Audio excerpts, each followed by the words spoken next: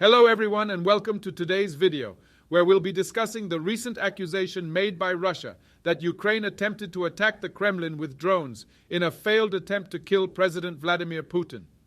This accusation has led to an escalation of tensions between the two countries, and we'll be taking a closer look at what happened and what the implications are. On Wednesday, Russia accused Ukraine of attempting to attack the Kremlin with drones overnight. The Kremlin said that 2 unmanned aerial vehicles were aimed at the Kremlin, but were put out of action due to timely actions taken by the military and special services. The Russian side has called these actions a planned terrorist act and an attempt on the president's life carried out on the eve of Victory Day. The accusation made by Russia is the most serious that Moscow has leveled at Kiev in more than 14 months of war.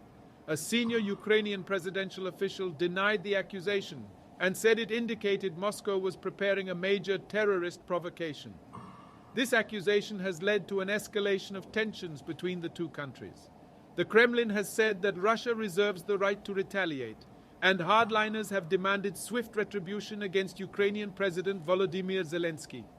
The powerful Speaker of the lower house of Russia's parliament, Vyacheslav Volodin, has issued a statement demanding the use of weapons capable of stopping and destroying the Kyiv terrorist regime.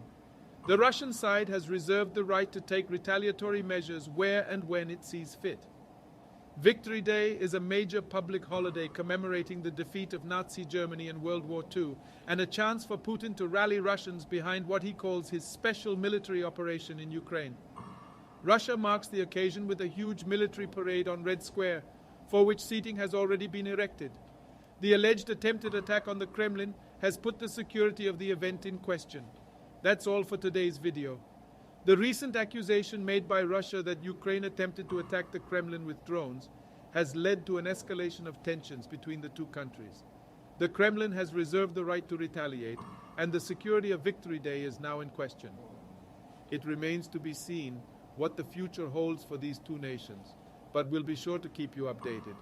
Thanks for watching, and we'll see you in the next video.